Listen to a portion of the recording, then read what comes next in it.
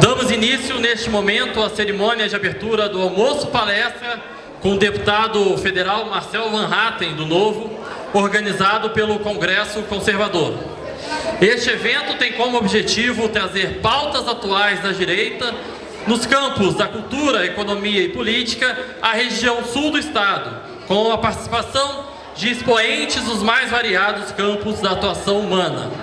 Aproveito para registrar a presença das seguintes autoridades: o ilustre senhor prefeito da cidade de Rio Grande, senhor Fábio Branco, senhor presidente estadual do Partido Novo, Marcelo Slaviero, ex-deputado estadual e chefe de gabinete do deputado federal Marcel Van Hatten, o senhor Giuseppe Riesgo, e a nossa estrela do dia, deputado federal Marcel Van Hatten. Convidamos a todos para acompanhar a execução do hino nacional brasileiro.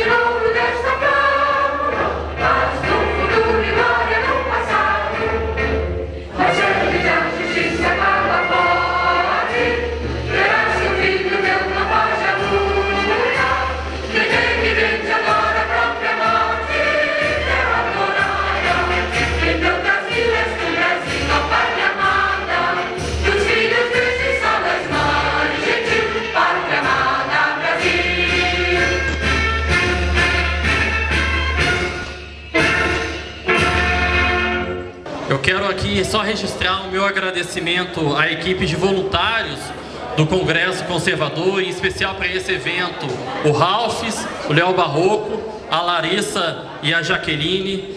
E também quero agradecer a presença de cada um de vocês que está aqui hoje, tirou um tempo do seu sábado para fazer parte desse evento, que é de pessoas que amam o nosso país e não desistem da nossa nação. Vou pedir uma salva de palmas para cada um de nós.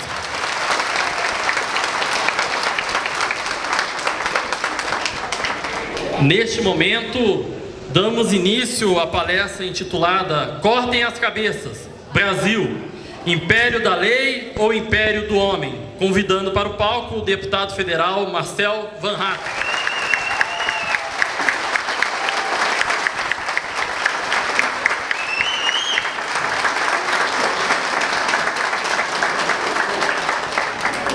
O deputado fica à vontade para usar o púlpito, usar a cadeira, ele tem microfone sem fio, e aqui com fio, fica à vontade. Obrigado, deputado.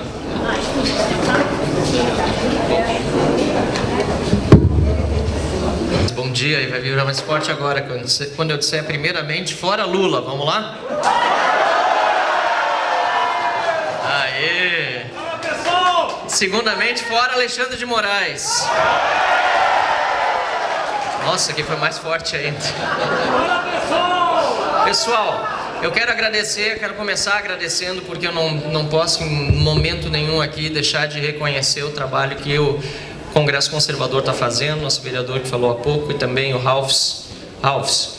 Eu te pedi desculpa por não conseguir vir no congresso anterior, queria muito ter participado, infelizmente já tinha compromisso, mas te disse que estava feito o comprometimento de vir na primeira oportunidade que estivesse na Zona Sul. Tive um evento ontem, aliás, acabamos fazendo aquela oportunidade, uma série de eventos no município vizinho de Pelotas. Parabéns para vocês, obrigado. Isso me motiva demais, demais, tá? Eu quero começar, portanto, lembrando que nós estamos num momento político hoje que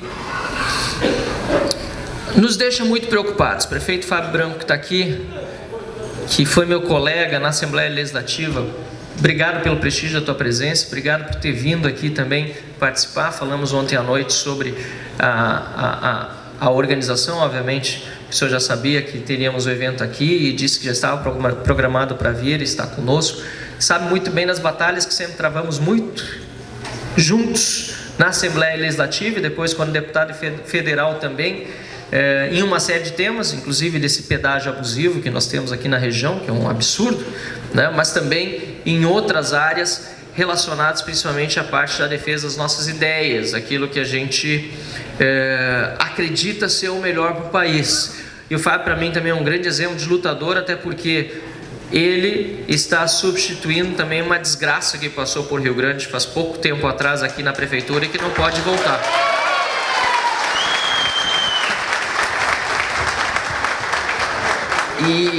E essa é uma grande preocupação que eu tenho, não só aqui para Rio Grande, como para o estado todo do Rio Grande do Sul, né? É claro que a gente vive um momento difícil, é claro que nós estamos trabalhando muito para superar uma série de dificuldades que envolvem, inclusive, a agressão a liberdades individuais e direitos políticos sobre os quais eu vou falar daqui a pouco mais.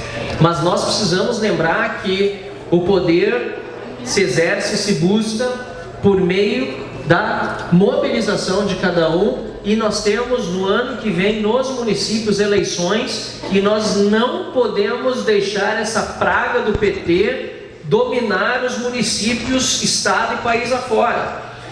É muito importante que nós estejamos mobilizados e com foco também nas eleições municipais. Por isso eu quero aqui também agradecer a presença do Marcelo Slaviero, peço para levantar, até o vice-presidente estadual do Partido Novo.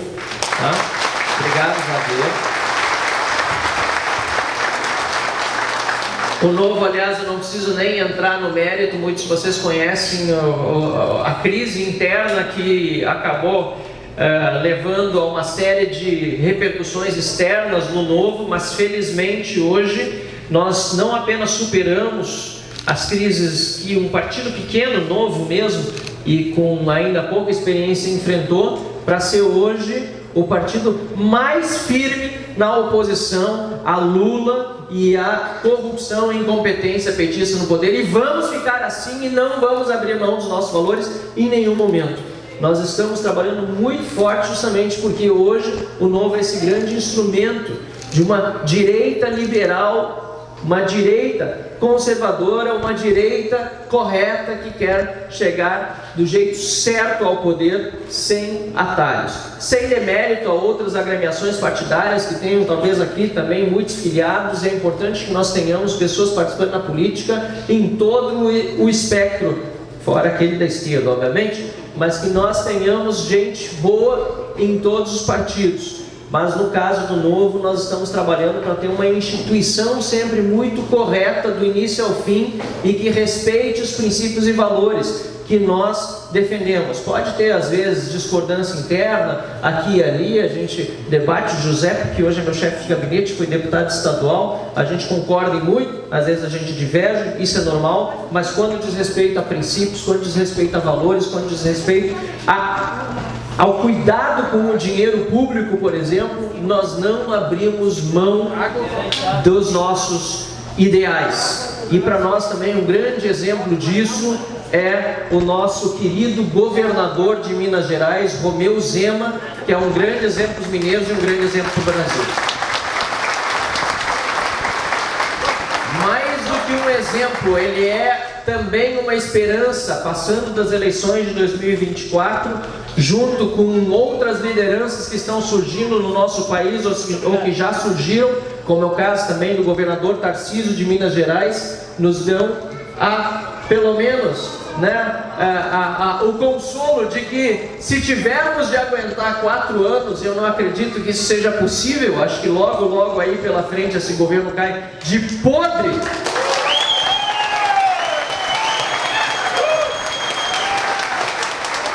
Mas se nós tivermos que, porventura, aguentar 4 anos essa tragédia, nós com certeza teremos alternativas excelentes, como, por exemplo, Tarcísio e Zema para a presidência da República em 2026. E os aplausos de vocês aqui, reiterados, me dão também a garantia e me renovam a esperança de que o gigante que despertou, esperando o momento certo para agir. Mas este público aqui, que certamente surpreende muitos que depois vão ficar sabendo do tamanho do evento, nos dão a garantia de que realmente o Brasil decente é maioria, vai voltar às ruas e vai derrubar esse regime ditatorial que estão tentando implantar no nosso país.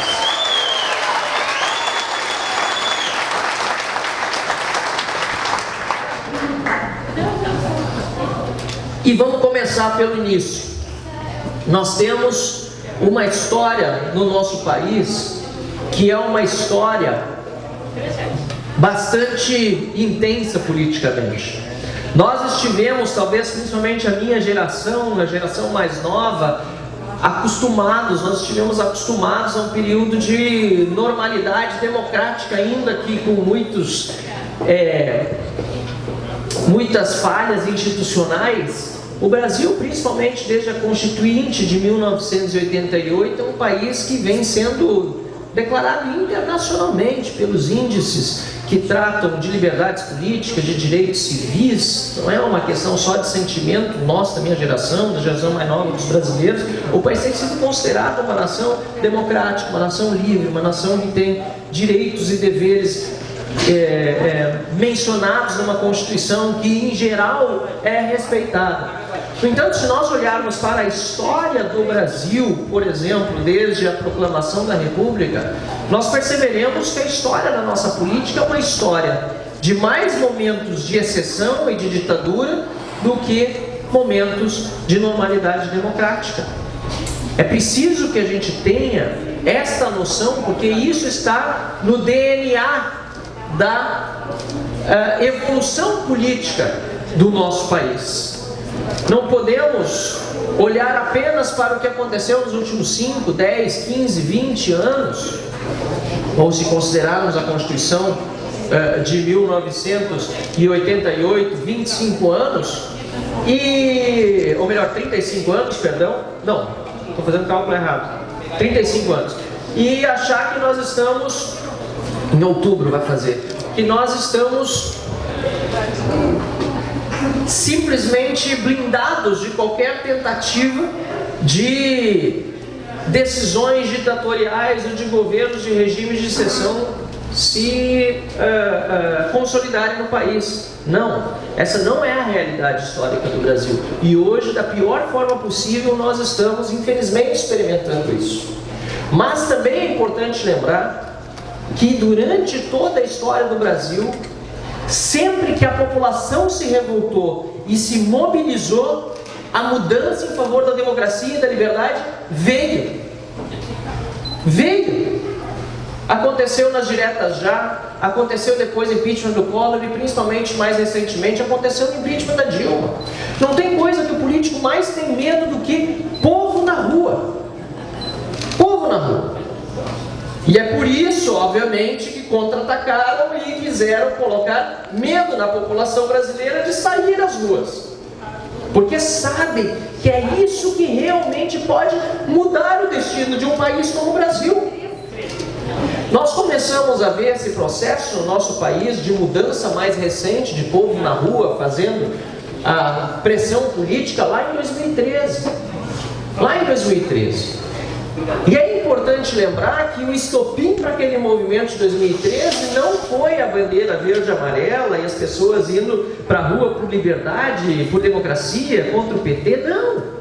O estopim das manifestações lá de junho de 2013, para quem viveu aquilo de perto, foi uma manifestação do PSOL, de um grupo radical de jovens do PSOL, militantes fantasiados de estudantes, que foram às ruas quebrar ônibus, botar fogo, contra o aumento na passagem de 20 centavos e demandando passe livre. Quem lembra disso? Lembram disso? Aí, ó, tem várias vezes foi isso, mas às vezes a gente não se dá conta. No entanto, o que aconteceu foi que a população brasileira, oprimida por um governo há mais de 10 anos do PT, corrupto e incompetente, que planejava uma Copa do Mundo dali a um ano, em 2014, com estádios padrão FIFA. Não foi isso?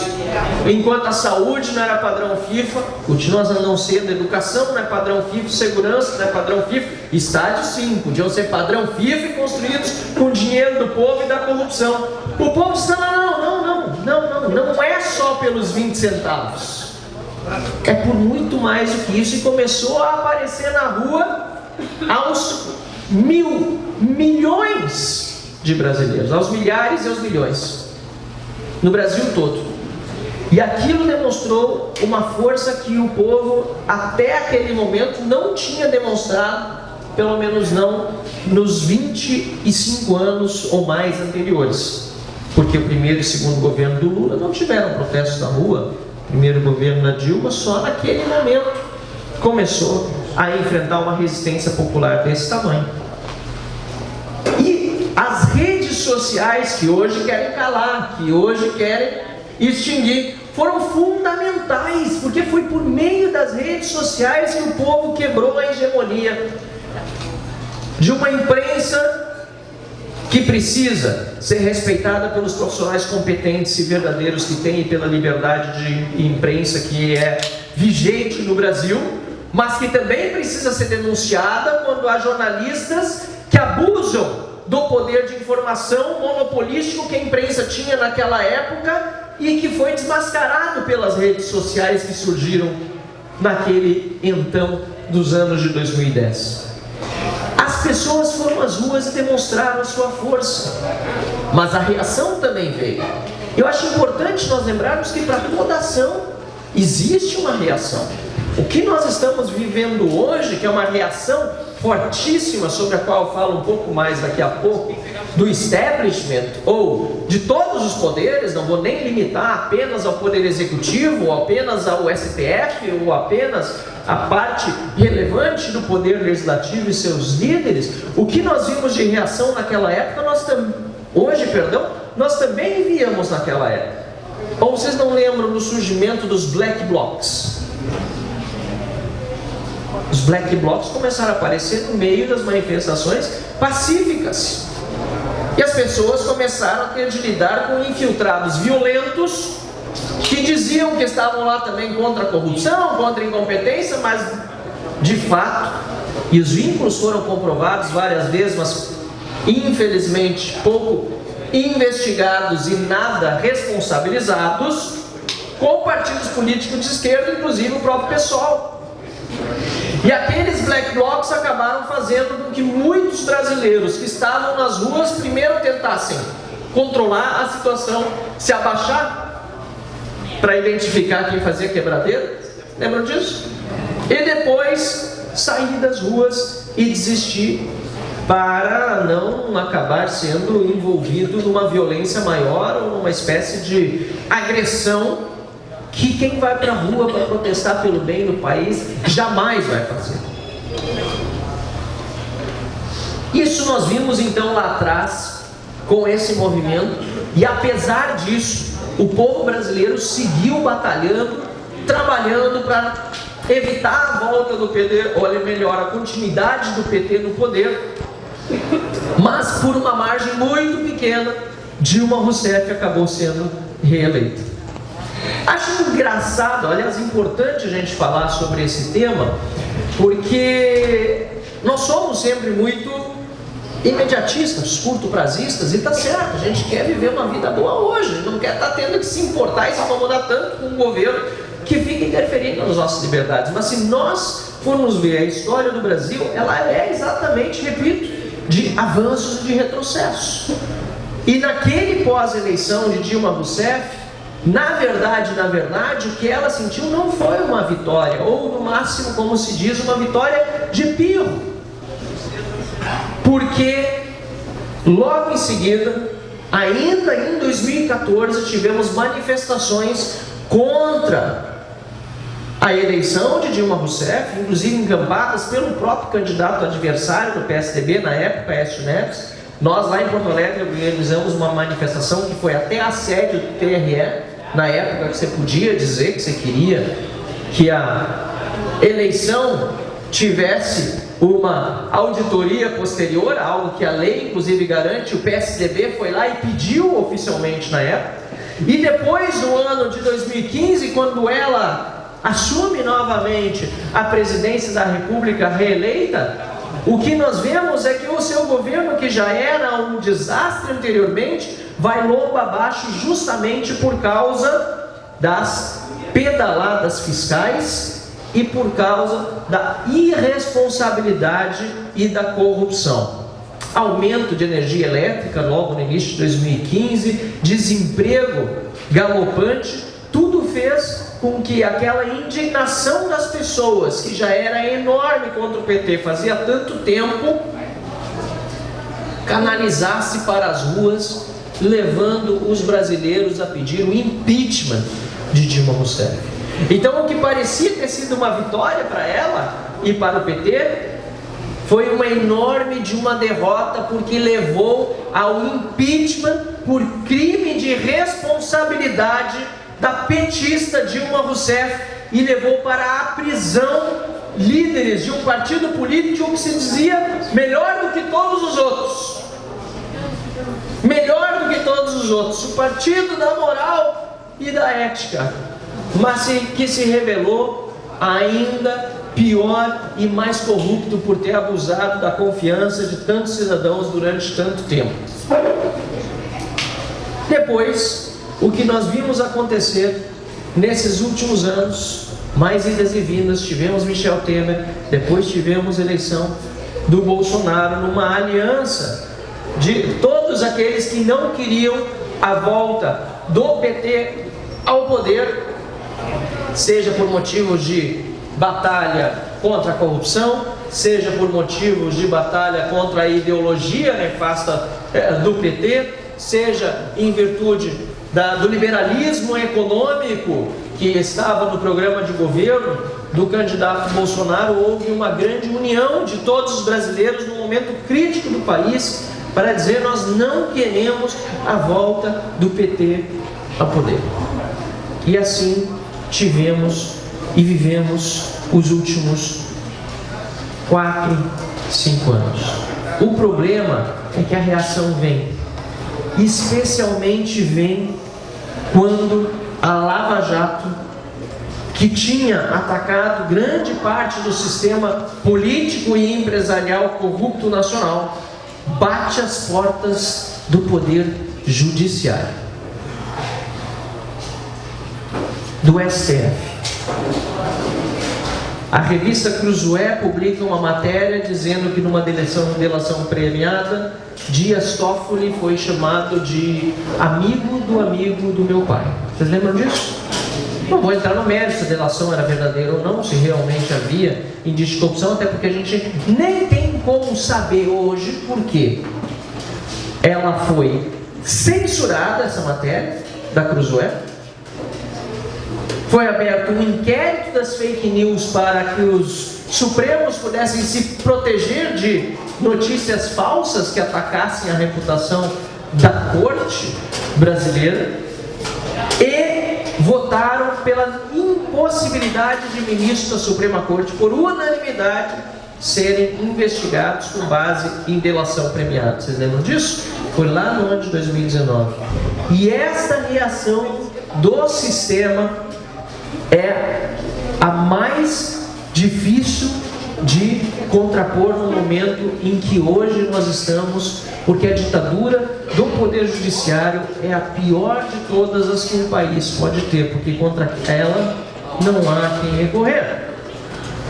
Mas eu quero refazer essa frase assim: mais uma vez, o recurso é ao povo brasileiro e à força das nossas ruas. O que fizeram no dia 8 de janeiro foi abominável. Abominável.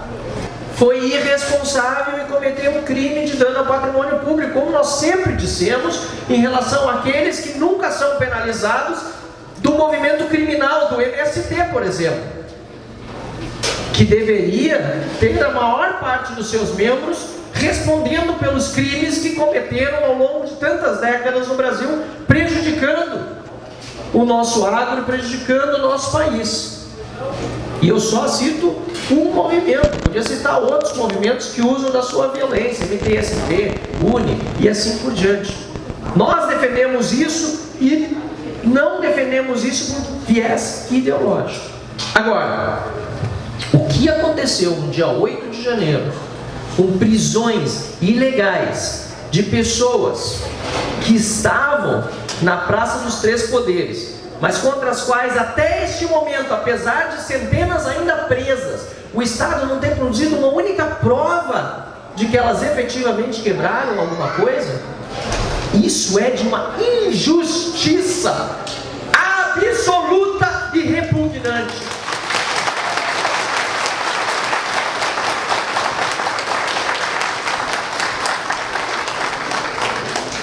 O Estado prender pessoas que chegaram no QG às 8 da noite de domingo, na manhã seguinte, sem dar ordem de prisão, sem que as pessoas tivessem a ciência do que estava acontecendo, ao chegar a Polícia Federal, sem ter acesso aos seus advogados, como manda a lei, sem as condições mínimas de dignidade, é um absurdo, é absolutamente e igualmente repugnante. E nós não podemos nos calar diante disso.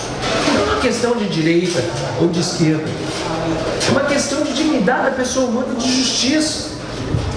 Nós temos casos de pessoas que foram presas, que têm comorbidades, que já perderam, como o caso de um empreendedor da cidade de Santa Rosa, que eu gosto de citar, cuja filha é advogada, nos visita muito no gabinete, que foi preso no dia 8 de janeiro dentro do Palácio do Planalto, segundo o que ele relatou a mim, porque eu fui visitá-lo e a outros na Papuda, foi se proteger das bombas que estavam tocando, bombas de efeito moral do lado de fora, dentro do prédio do Palácio do Planalto, foi buscar guarida. Se realmente foi assim ou não, a justiça depois tem que averiguar, mas mesmo isso é muito difícil, porque é um processo secreto, com dificuldade dos advogados acessar. Ele foi preso lá dentro, está até hoje na cadeia, na Papuda. Tem uma empresa há 30 anos em Santa Rosa, com 40 funcionários, filhos tocando, uma empresa idônea, reconhecida na cidade, perdeu 16 quilos já na cadeia. A Procuradoria-Geral da República pediu uma junta médica e o Alexandre de Moraes até hoje não se dignou a permitir que essa junta médica pudesse avaliar o estado de saúde. Isso é absurdo. Isso me revolta. E isso precisa ser averiguado na Comissão Parlamentar Mista de Inquérito, que vai funcionar com ou sem a minha presença pelo bem do Brasil, apesar de estar engafiando a presença do Novo nessa comissão. Estamos recorrendo ao Supremo, espero que pelo menos isso sejam justos, para que nós tenhamos o nosso direito livre e certo, a participação na CPMI do 8 de janeiro. Mas independentemente disso, tudo o que hoje está obscuro virá à luz e virá à tona, e nós conheceremos de fato a verdade do que houve no dia 8 de janeiro. Eu não tenho dúvida disso. Eu não quero pedir para que fiquem tranquilos, porque não é momento para ninguém ficar tranquilo. Mas na expressão que nós usamos, eu diria: fiquem tranquilos, porque tudo ali adiante vai aparecer e nós vamos resolver. Mas só na expressão, porque eu quero que vocês fiquem muito agitados, fiquem muito preocupados, consternados com o que está acontecendo, e me ajudem nesse movimento, ajudem os demais deputados da oposição, porque nós temos que fazer uma grande reação a tudo o que está acontecendo no Brasil, como, por exemplo, a cassação de um deputado federal no exercício legítimo do seu mandato, com mais de 340 mil votos no estado do Paraná, fazendo o deputado federal mais votado do estado, que teve a sua candidatura aprovada pelo Tribunal Regional Eleitoral, que depois o PT pediu a sua cassação e todas as instâncias inferiores disseram que a candidatura dele era completamente legítima. E em uma sessão, no julgamento de pouco mais de 1 minuto e 6 segundos,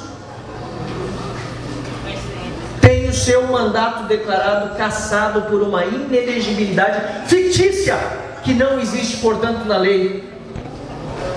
Nós somos todos, nesse momento, Deltan Dallagnol, para que ele recupere seu mandato, ou melhor, que não perca, porque esse mandato não é dele, é do povo.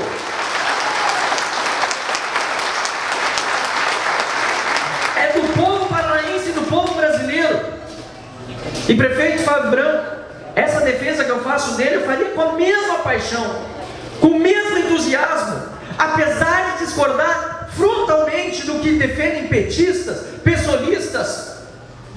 Se uma corte ilegalmente cassasse o mandato popular de um petista ou de um pessoalista, porque eu posso discordar do povo que votou neles, mas a minha chance de convencer o povo diferentemente é no processo eleitoral, e não no tapetão, na justiça, que não é justa.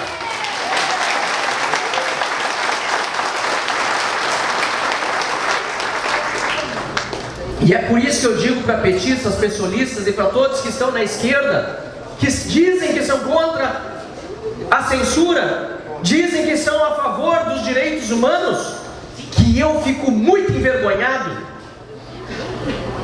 enojado, de ver o silêncio deles diante da injustiça com os presos do 8 de janeiro e diante da injustiça que está sendo feita com o Deltan Dallagnol. Hipócritas!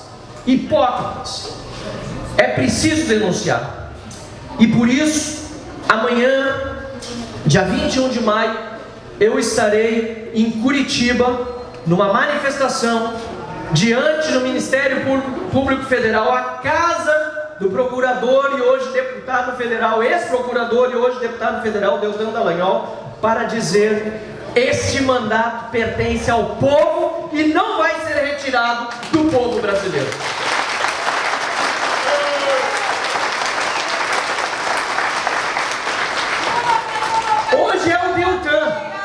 Hoje é o Deltan. Amanhã pode ser qualquer outro deputado federal ou senador. Amanhã pode ser eu.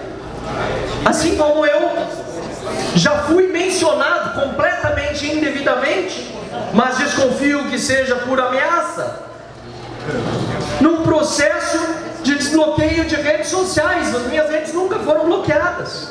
E o ministro Alexandre de Moraes me incluiu para dizer, ó, no mesmo processo que estavam o Nicolas, o Gaia, que tiveram também injustamente suas redes, ilegal e inconstitucionalmente suas redes bloqueadas e censuradas, dizendo: olha, estão desbloqueando suas redes, deputado Marcel Vanhatten, que nunca foram bloqueadas.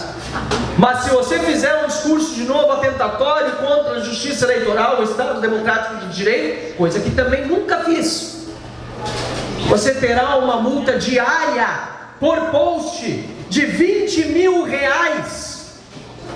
penhorada diretamente no seu subsídio de salário de deputado federal. Eu estou até hoje sob essa ameaça. Não sei se você sabe, mas até hoje esse processo corre no STF, me incluindo indevidamente. E pior, até hoje meu advogado não tem acesso aos autos. Que país é esse? Não é o país que nós queremos para nós. Não é. O nosso país é muito diferente. O nosso país é o Brasil real, o Brasil que está aqui hoje reunido. É o Brasil da decência, da honestidade, do respeito aos valores. É o Brasil que não aceita ser governado por bandido, por corruptos.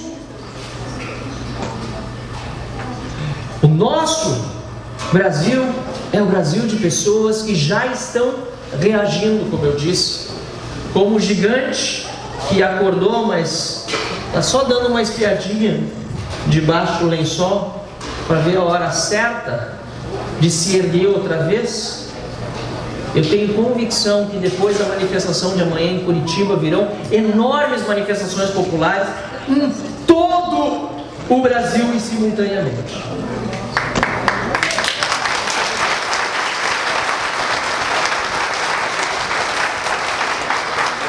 Primeiro porque nós temos, e aí não é só o brasileiro, é todo ser humano, nós temos no nosso DNA a busca pela liberdade, a busca pelo que é nosso de direito, a defesa da nossa vida, da nossa família, dos nossos amigos, de quem está conosco. Está no DNA do ser humano. O bem vence o mal. Se nós vemos no Irã, como eu disse ontem em Pelotas, Tiago, John, nossos representantes lá do Novo na cidade estão conosco aqui. Se nós vemos no Irã um país que ainda tem a pena de morte por apedrejamento para mulheres, que tem a pena de morte para todos por desafiar o Estado. Se lá no Irã nós vemos isso e ainda assim a gente vê as pessoas indo às ruas protestar por liberdade contra o seu governo, e vale isso para o Irã, vale isso inclusive para a Rússia, até na China, que é uma ditadura comunista, nós vemos volta e meia protestos sendo organizados, e um grande exemplo foi o que aconteceu recentemente em Hong Kong, que está perdendo a sua liberdade, mas o povo está lá lutando por ela. Se nós vemos isso em ditaduras consolidadas há tanto tempo, não é no Rio Grande do Sul, não somos nós, gaúchos do CTG Calmate Amargo, que vamos nos bichar. Eu duvido.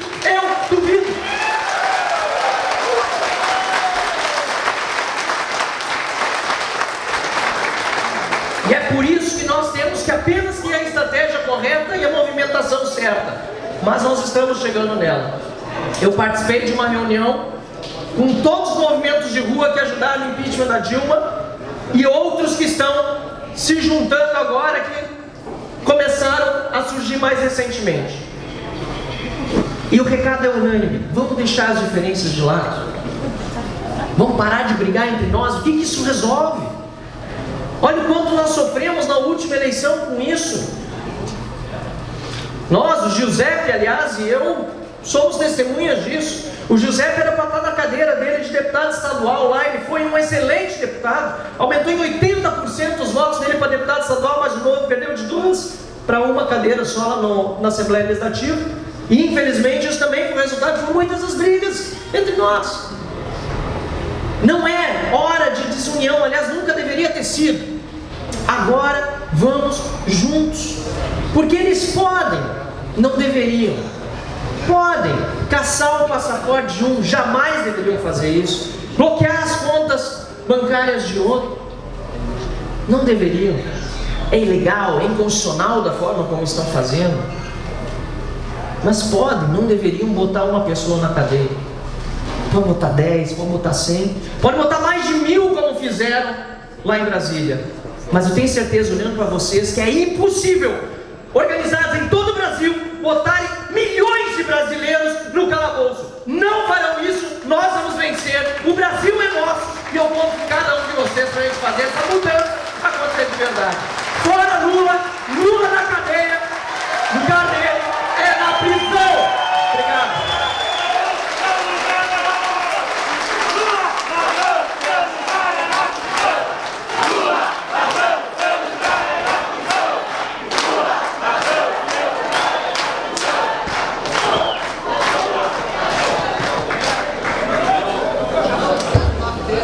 Agradecer ao deputado que palestra, que ensinamento está passando para a gente, hoje nessa tarde lotada.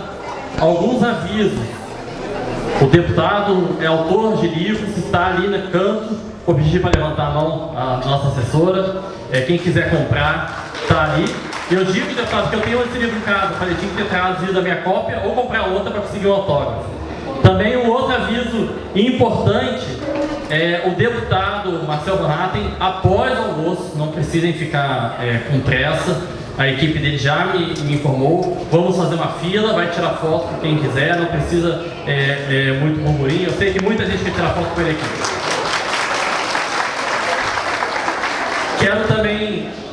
Quero também registrar a presença aqui que chegou durante o nosso evento, o nosso secretário de Relações Institucionais, o ex-deputado federal Cláudio Dias, peço que levante a mão. Também o nosso secretário da Zeladoria, nosso Marlon, também está aqui, muito obrigado pela presença. E agora eu sei que todo mundo gostaria de fazer perguntas, mas não vai ser possível também cada um fazer uma. Vamos selecionar algumas. Peço que levantem a mão aí quem quiser fazer uma pergunta, que o meu assessor lá vai... Então, vou te fazer a seguinte pergunta. Dá um certo ar de impotência a gente olhar como se comporta um parlamento, tanto numa casa quanto na outra. Tu tem um Arthur Lira, que estava levantando a bandeira do presidente anterior, totalmente antagônico ao presidente atual, hoje defendendo o interesse ou submisso aos desmandos do PT. Como fazer esse enfrentamento e se há uma luz de que isso não vai ficar sem atingir os objetivos? Dá a impressão que é impotente a Câmara dos Deputados. Tem chance de evoluir, por exemplo, uma não cassação agora, na semana, do Deltan Dallagnol? Tem como fazer esses enfrentamentos? Obrigado. Mas eu já, com a experiência que eu tinha no mandato anterior e por conhecer bem o método da Arthur Lira, via que não ia ter vida longa uma presidência dele para aquilo que a direita brasileira realmente esperava. Até porque ele foi eleito com 464 votos, tanto de gente da direita como do PT. O acordo foi colocar na presidência CCJ, que é a principal comissão da Câmara, o deputado Rui Falcão, que até ontem era o presidente do Partido dos Trabalhadores, sabe? Então, um acordo péssimo para a direita. Desde o início eu alertei para isso. Agora, não adianta chorar sobre o leite derramado também, né? Isso é um pouco um reflexo de como as coisas funcionam na Câmara dos Deputados e do excesso de poder que o presidente da Câmara tem. Eu concorri à presidência da Câmara as 3 vezes que eu concorri, sempre dizendo: eu quero ser presidente da Câmara para ter menos poder e delegar mais poder para os deputados. Hoje o presidente da Câmara decide, se quiser, sozinho o que vai para a pauta e o que não vai para a pauta, ou com poucos líderes em volta dele. Decide muito sobre quem participa de comissões, quem tem relatorias. Então fica fácil negociar no varejo os votos dos deputados e emendas parlamentares, como era no caso do orçamento secreto, que ele quer continuar comandando agora, né? Mas agora que o Lula é o presidente não é mais secreto, né? Ele quer comandar e assim foi fazendo a base dele para se eleger, e não encontrando articulação na oposição, acabou sendo eleito com esse número de votos, certo? E aí ele tenta agradar os dois lados, e como o lado que tem mais poder e dinheiro hoje, obviamente, é o que está no poder, o outro lado, volta e meia, sai em desvantagem. Né? Quer dizer que ele é de esquerda? Não, ele é o que for bom para os interesses dele, conduzindo a presidência da Câmara, tá? É isso. E a gente precisa estar lá para alertar e confrontar isso, mas principalmente para demonstrar que o povo não está satisfeito. E aqui eu concluo minha resposta, Mário. Nós tivemos o PL da fake news, ou da censura, na verdade, do cala-boca. Era um PL que foi aprovado com uma estreita margem no requerimento de urgência, só porque ele fez uma manobra para não ser com maioria absoluta. São 513 deputados, maioria absoluta sendo 257 votos. Fez uma manobra usando um outro artigo da Câmara, dizendo que podia ser maioria simples, aí passou a urgência, por 239, se eu não me engano. Quase 20 a menos que a maioria absoluta. E foi graças ao Povo e à articulação do PL da Censura.com, aquele site, que aliás foi organizado pelo meu ex-colega Paulo Ganino. Eu tenho um grande orgulho do convívio com ele na Câmara, e foi um excelente parlamentar, concorreu a governador pelo Novo no Rio de Janeiro na última eleição, não venceu, mas foi muito bem, principalmente na capital, 7% dos votos. Ele fez esse site, pldacensura.com, que foi fundamental, tenho certeza que muitos de vocês aqui, todos viram, eu acho, né? Que era para ver a posição de cada deputado sobre o PL da censura, se era a favor ou contra. Todos viram? Não, eu estou falando algo de desconhecidos, foi, né? Então, foi fundamental, porque o projeto ele acabou sendo retirado de pauta, que é mais uma atitude, no meu ver, antidemocrática do presidente Lira, porque se tinha urgência para tratar e foi aprovado, de repente não era mais urgente, tirou de pauta porque não tinha os votos. Né? Então, é isso que nós precisamos fazer também sobre a cassação do Dallagnol. Na minha opinião, é um fato. Aliás, até fiz um post que o Deltan colocou no Instagram dele, depois repercuti no meu com todas as matérias jornalísticas falando da cassação do Deltan. Inclusive Folha de São Paulo e vários outros meios dizendo que era completamente ilegal. Então aqui, de direita, esquerda, todos não, é ilegal o que fizeram. A Câmara pode, na minha opinião, dizer não, isso aqui é ilegal do TSE, e o senador Mourão foi muito feliz quando pediu interdição da decisão do Congresso Nacional, ou seja, que o Congresso Nacional reverta essa decisão, fez um apelo ao Rodrigo Pacheco, porque o voto é do povo e ele não pode ser ilegalmente cassado. Então, o que nós vamos ver amanhã em Curitiba, a meu ver, é muito mais importante, sob o ponto de vista de uma eventual reversão do que pode acontecer com o Deltan, porque é o povo pedindo que o voto do povo lá do Paraná seja respeitado, do que contar simplesmente com a boa vontade dos parlamentares que estão lá, porque nós vemos que o regimento interno muitas vezes não é respeitado também na Câmara, e quando vem uma decisão ainda de outro poder, com tanto deputado e senador enrolado com o foro privilegiado que nós temos, ficam sempre com dificuldade de contrapor uma decisão do STF ou do TSE. Isso é lamentável no Brasil, porque uma das coisas que tinha que acabar ontem, o foro privilegiado. Então eu reforço, o que nós vamos ver amanhã em Curitiba, manifestações de rua, e o que nós vamos ver nos próximos dias é muito importante para pressionar a Câmara dos Deputados e mostrar de quem realmente é o poder do Brasil, que é nosso, do povo brasileiro. Obrigado.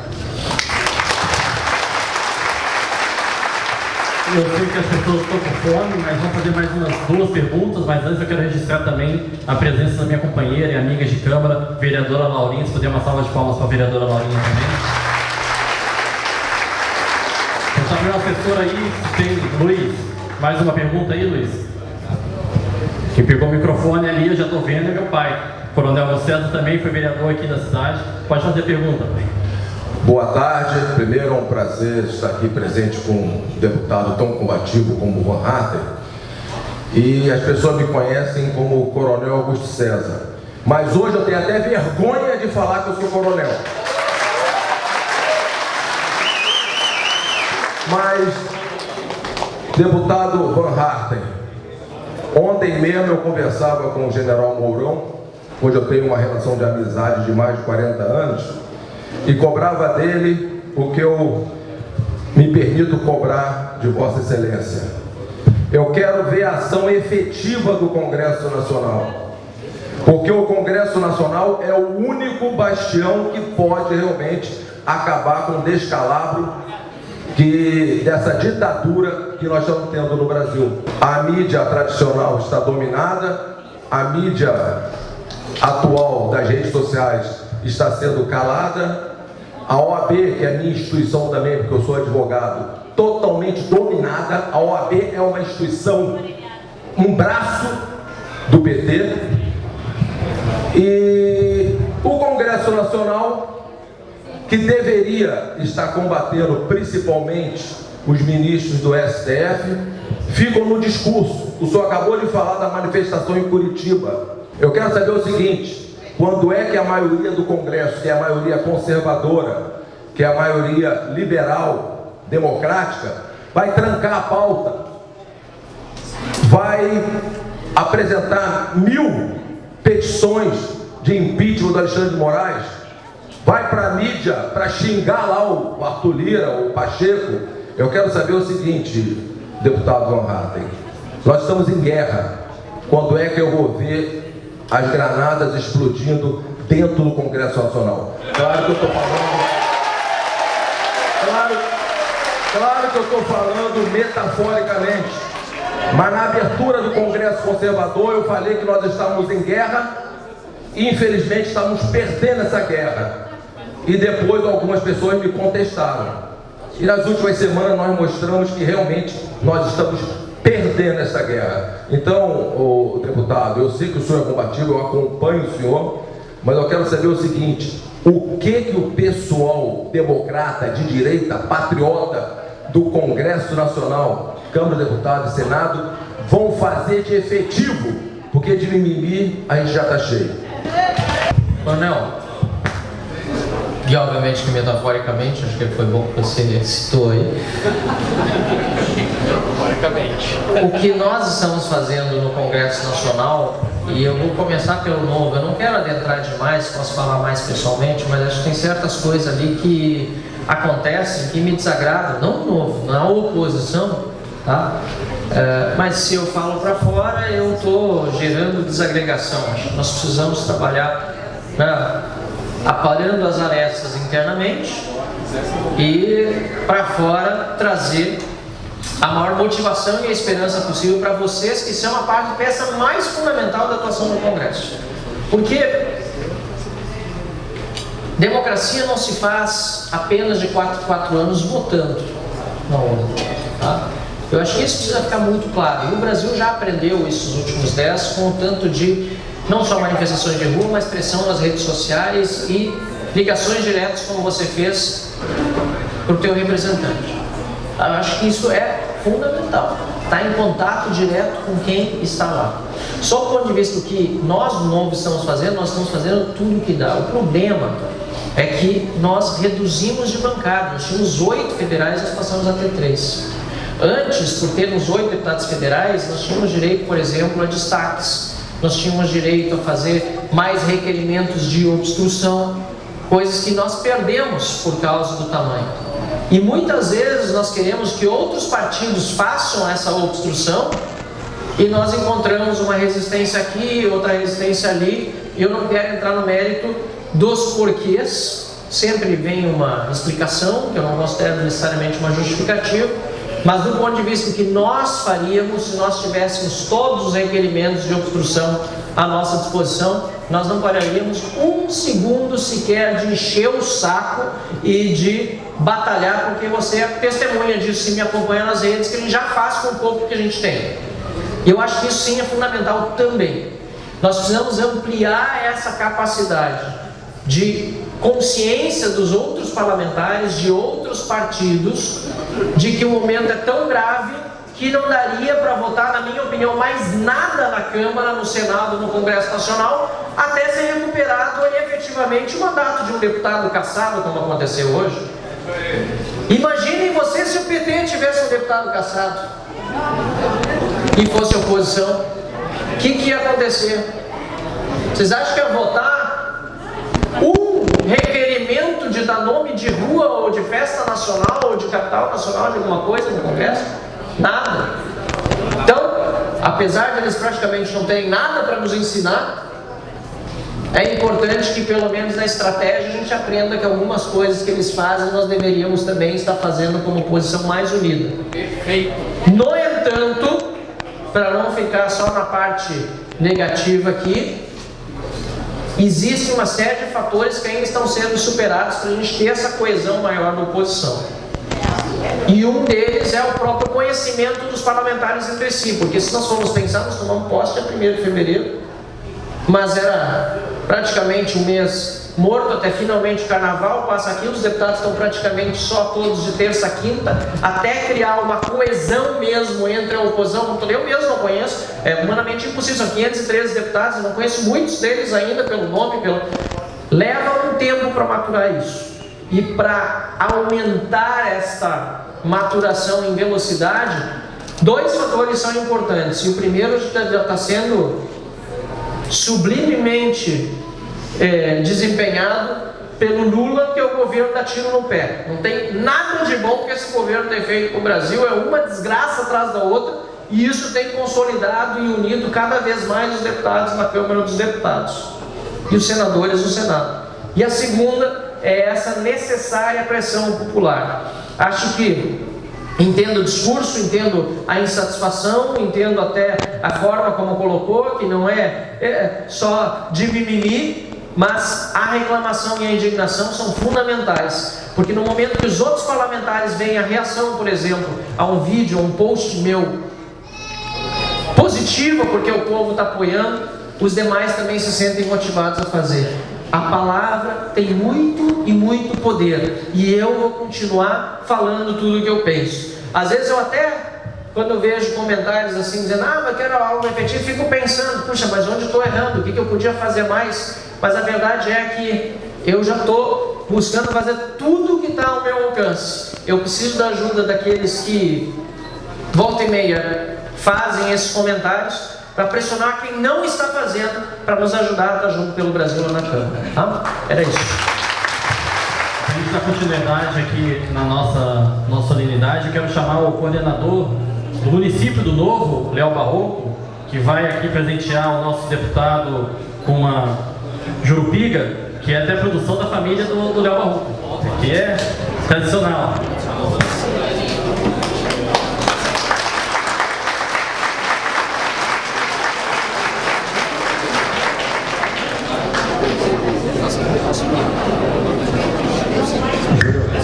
Vou chamar agora também, Júlio. Tá. Júlio, vai. Ô, Júlio. Oi. Tem uma pergunta aqui. Já vou passar, só deixa eu dar agora que eu vou chamar o Renato Lima e o Ralf, para dar aqui uma lembrancinha do nosso Congresso Conservador Deputado, e já passo a pergunta.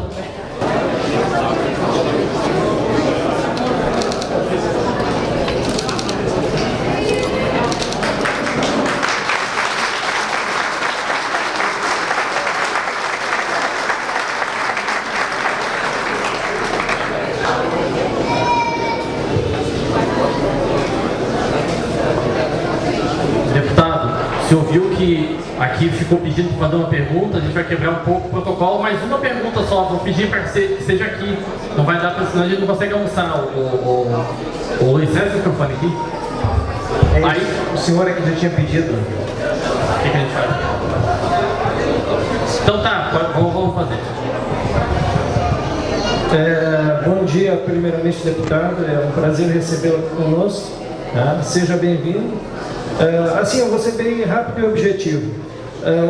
Nós passamos recentemente por um processo eleitoral bastante conturbado, né? Onde uma aspiração antiga de todo o pessoal, de toda a direita do país, que era a transparência do processo eleitoral, das urnas eletrônicas, né? Nós queríamos voto impresso, auditável e tal. Enfim, não se conseguiu, por N motivos, não se conseguiu implementar esse voto impresso auditável. Beleza. Então nós tivemos um processo eleitoral aí bastante conturbado, com inúmeros, incontáveis indícios de irregularidades, fraudes, enfim, e que absolutamente não adiantou nada, né? O TSE simplesmente ignorou todos os indícios e, enfim, nós tivemos que passar por essa situação, né? E engolir um resultado sem a mínima garantia de transparência, sem auditoria nenhuma.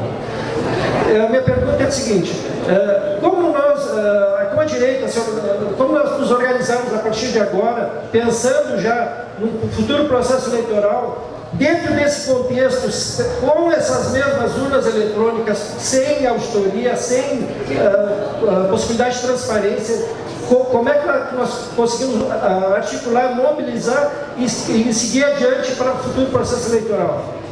Bom.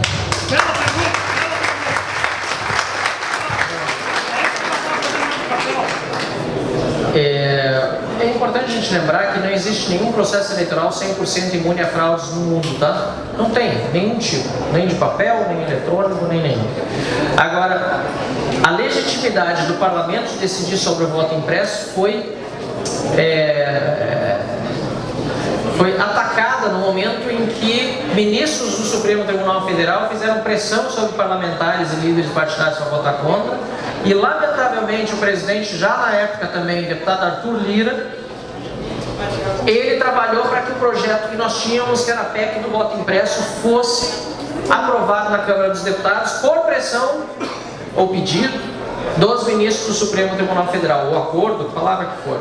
E eu acho que esse foi um dos grandes problemas que nós tivemos inclusive no governo passado, porque foi justamente na semana depois que o Ciro Nogueira, do PP, entrou no governo como chefe da Casa Civil, e na minha opinião ali estava feita a oportunidade para que fosse aprovada aquela PEC do voto impresso, que eu votei favorável.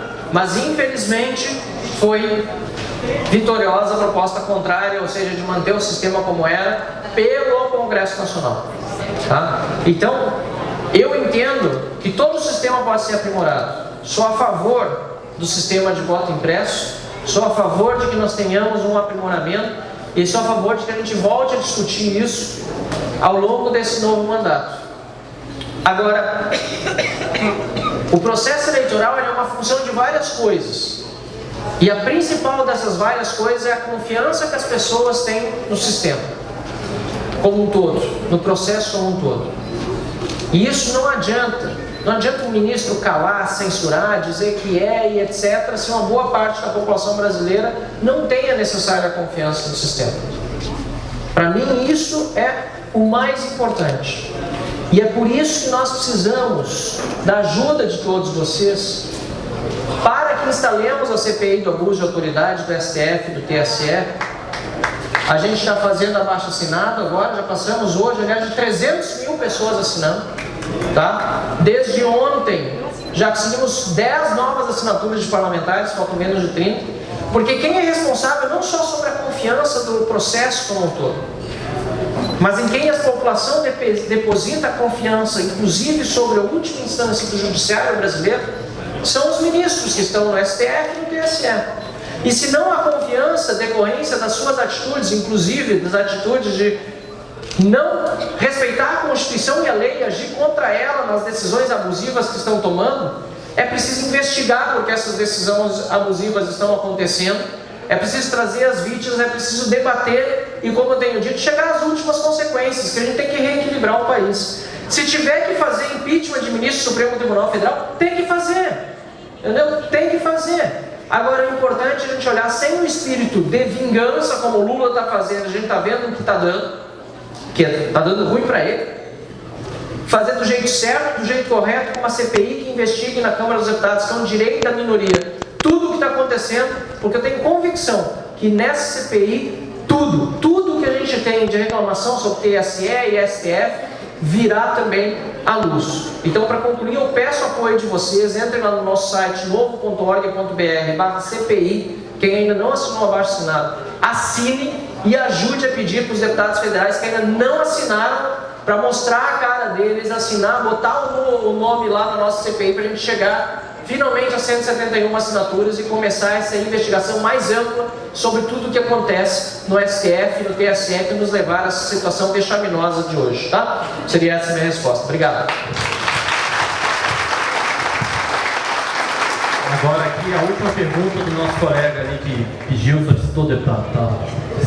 Vou pedir para ser breve, só pelo adiantado da hora, muito breve. Boa tarde, deputado. Meu nome é Valcir, sou trabalhador na área portuária de Rio Grande. Eu sei que o foco aqui hoje é questões nacionais, mas como votei no senhor nas duas últimas eleições, e sei que uma das frentes de batalhas é a questão do nosso pedágio aqui entre Rio Grande e Pelotas, e para quem não sabe, posso estar errado na informação, mas creio que estou preciso, nós somos o único porto marítimo do estado que não temos uma estrada duplicada. Dificulta o acesso no TECOM, o colega trabalha lá, dificulta o acesso na área portuária, que causa grandes transtornos, e nós temos no futuro, talvez distante ou longe, talvez um novo porto marítimo, um novo terminal na área de Arroio do Sol, se não me engano, no litoral norte, né? A questão que eu faço é, trazendo para a nossa questão regional, como é que anda? Existe algum cronograma para combater esse valor que nós pagamos de pedágio? Se há algum movimento, se continua, como é que nós estamos nisso? Opa, não foi o meu. Como é que nós estamos nessa questão, né? Nós sabemos que o desgoverno Lula, como o senhor mesmo disse, concorda nesses dois pontos, que continue agindo dessa maneira, dando tiro no pé, mas infelizmente a economia vai ficar muito pior. Em dezembro de 2024 nós temos a troca do presidente do BC, que vai nos prejudicar bastante. E Rio Grande, o peso da nossa economia está baseado na área portuária, e um dos nossos entraves é o pedágio. Então é uma questão que nos atinge diretamente e atinge o resto do Rio Grande do Sul. A pergunta é exatamente essa. Há um prazo para resolver a questão dos pedágios? Vai ser para agora, vai ser depois? É uma questão jurídica, política? Essa é a pergunta. Obrigado. Excelente pergunta, obrigado. Eu quero começar fazendo todo o reconhecimento, novamente, já mencionei mais cedo, mas agora com mais detalhe posso dizer, do prefeito Fábio Branco, que me procurou quando deputado estadual, veio no meu gabinete, soube que eu trabalhava então na Comissão de Fiscalização e Controle da Câmara, que é a única que tem a legitimidade para pedir imediatamente, depois de aprovado em reunião da comissão, uma proposta de fiscalização e controle no TCU. E nós pressionamos, trabalhamos, tivemos a parceria, inclusive, do próprio TCU, que veio aqui, fez auditoria e encontrou quase R$1 bilhão em lucro indevido desses pedágios. Algo gravíssimo. E nesse momento, depois de nós termos conseguido várias cautelares para evitar os aumentos, que efetivamente não são tão vultosos, o valor do pedágio é altíssimo, mas os aumentos também vinham a aumentá-los, a gente conseguiu suspender vários aumentos nesses últimos tempos.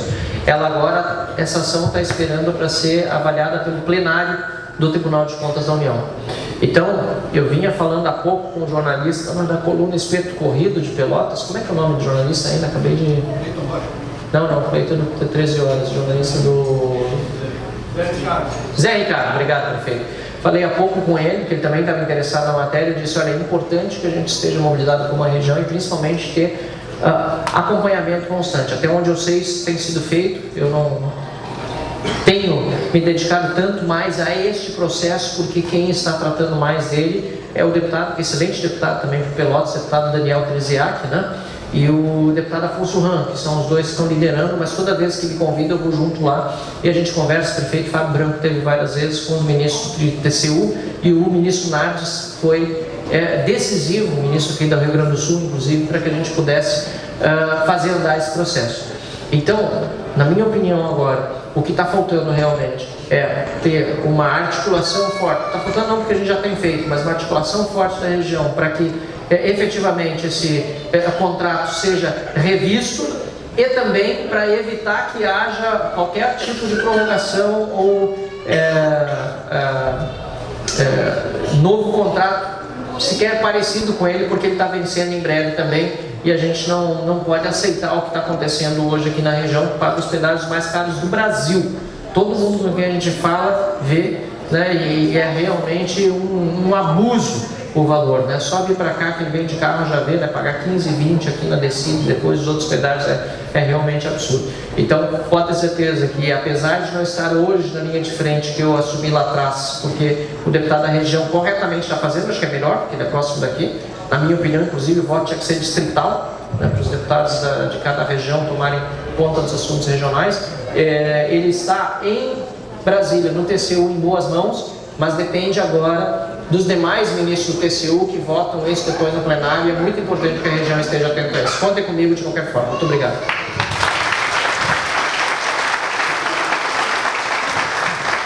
Eu vou convidar agora para fazer a fala de encerramento do nosso almoço palestra com o deputado Marcel Van Hatten, o nosso prefeito municipal, o senhor Fábio Branco, se puder vir aqui, prefeito. Bom, um bom dia a todos. Bom, é uma honra para mim aqui estar, poder fazer esse encerramento. Vereador Júlio, muito obrigado aí pela oportunidade. Não quero me alongar, mas faço isso com muito prazer, com muita alegria. Seja de receber o deputado Marcel aqui no município de Rio Grande e aprender. Eu acho que aqui, pela fala, pela palestra, o quanto é importante nós termos representantes gaúchos, deputados federais, de maneira muito clara, objetiva, com linha de pensamento de que tanto é necessário para nós hoje. Eu estava ali te escutando e estava vendo a tua motivação e realmente vejo quanto tu vai fazer parte dessa história. Eu sou um otimista, eu acredito na democracia, eu acredito nos nossos valores. Nós vamos lutar quanto for necessário para que a gente consiga ter um país cada vez melhor, um país cada vez mais sério, mais transparente e principalmente com serviços mais qualificados e melhores para a sociedade. Nós temos, então, desafios enormes e queria só dizer assim da importância, eu acho que da grande mensagem que o deputado deixou aqui para mim principalmente, que é da mobilização das pessoas. Sem mobilização das pessoas, o deputado não vai ter tanta força e tanta capacidade de fazer daquilo que é a sua atribuição, usar dos regimentos e dos seus argumentos e aquilo que o Congresso possa fazer dentro da sua legitimidade, mas com o poder da sociedade. Só se movimenta, nós vemos aí que as coisas só se movimentam quando tem a ação popular, os movimentos populares e as pessoas poder defender, seja na rua, seja nas redes sociais.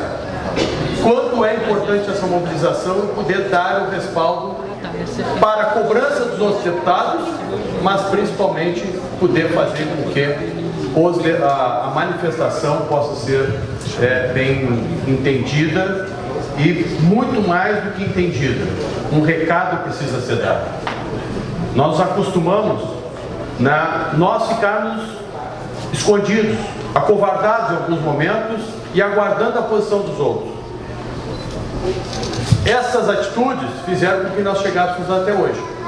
Então hoje nós estamos vivendo um outro momento. E que bom que nós temos o deputado Marcel Vanhatten nessa caminhada aí e nessa luta. Eu não tenho dúvida, mais uma vez, que a história vai reconhecer todo o trabalho, a dedicação e a coragem que tem um amigo aí, a competência de fazer um país melhor. Então, uma alegria muito grande aqui, deputado.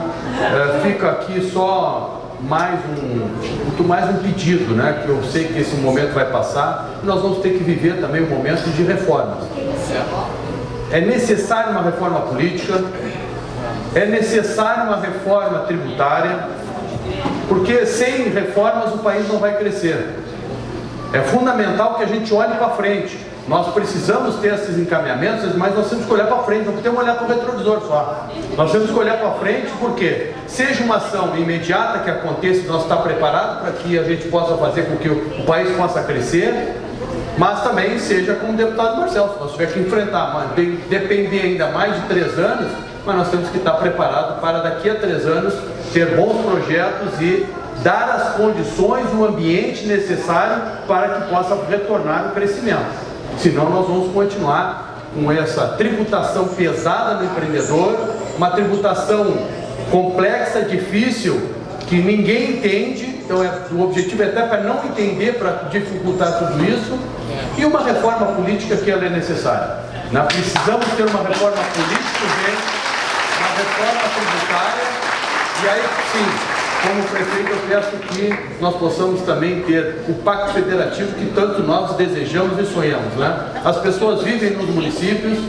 Eu sempre faço uma conta de padeiro, né? Em cada R$1 que nós pagamos de impostos, fica 60 centavos no governo federal, 25 com o estado e 15 só com os municípios. Isso é uma conta muito injusta. É uma conta que nunca vai fechar essa conta. Por isso que nós temos sempre um cobertor curto. Na saúde nós temos cobertor curto. Se vai para a educação, nós temos cobertor curto. Se nós vamos para a infraestrutura, nós temos cobertor curto. Porque as pessoas vivem nos municípios. Então fica aqui, deputado, pela sua competência, fica aqui estas bandeiras também importantes das reformas para que o Brasil possa voltar e crescer. E desejamos nós em boas mãos. Então muito obrigado aí pela palestra, muito obrigado pela aula. Volte sempre, o amigo aqui é muito bem-vindo. Ele mandou uma mensagem e mexendo, né, pedindo autorização. Eu digo, não, tu tem carta branca e até se quiser ser prefeito, melhor ainda. Nós vamos sair melhor.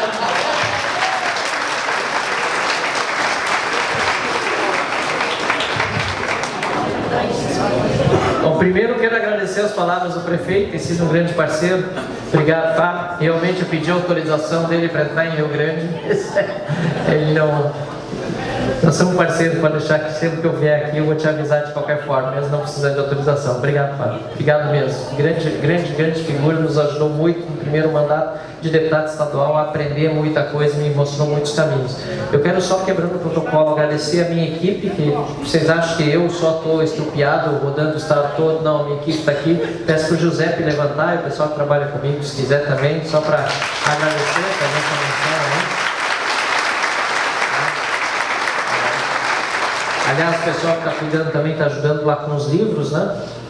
Para quem não sabe, os preços é R$60 o Somos Nós com uma Voz, é 45 Política é Coisa do Diabo, que é uma pergunta, tá? Vocês podem ler para responder. E os dois juntos é 100, tá? E o autógrafo é grátis.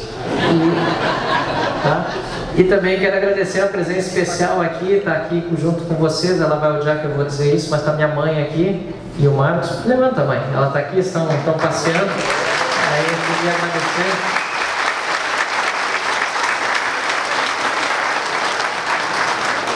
Afinal de contas, família na boa e na ruim, né? Mas essa aqui foi uma boa, acho que no fim das contas ela está adorando o passeio, veio junto, foi a Pelotas, depois vai passear um pouco mais enquanto eu sigo o roteiro. Muito obrigado mesmo por terem vindo junto aqui e dado todo o incentivo que sempre eu tive da minha família. Fundamental a gente estar junto nessas horas. Então era isso, e talvez minha última palavra aqui é isso. Muito obrigado a todos, a cada um de vocês. Vocês me fazem sair daqui motivado a continuar o trabalho com vocês. Obrigado!